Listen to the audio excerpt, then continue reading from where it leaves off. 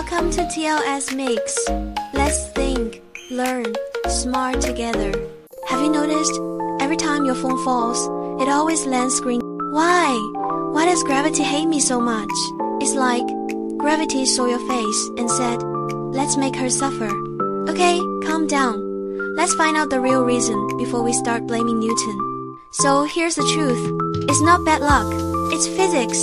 And maybe just a little karma for checking your ex's story at 3 a.m. When you drop your phone, it doesn't just fall straight down. It spins. Because your hand usually releases it from one side, the phone starts to rotate. And guess which side is heavier? That's right, the screen side.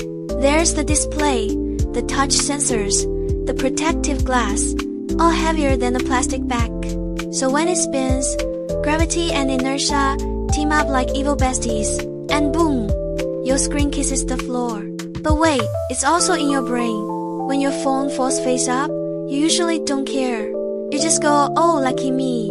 But when it falls face down, you feel the pain. You remember it, and you tell everyone about it like a trauma story.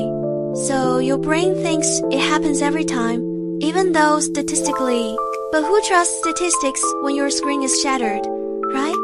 And finally, phones are designed too smooth. The back is slippery.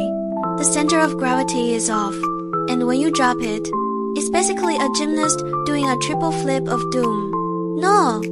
So next time your phone falls screen down, don't blame gravity. Blame physics. Blame your slippery hands.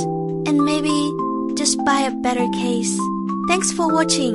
If you like this, give it a like, subscribe, and don't drop your phone again. See you again, and let's learn something funny again next time.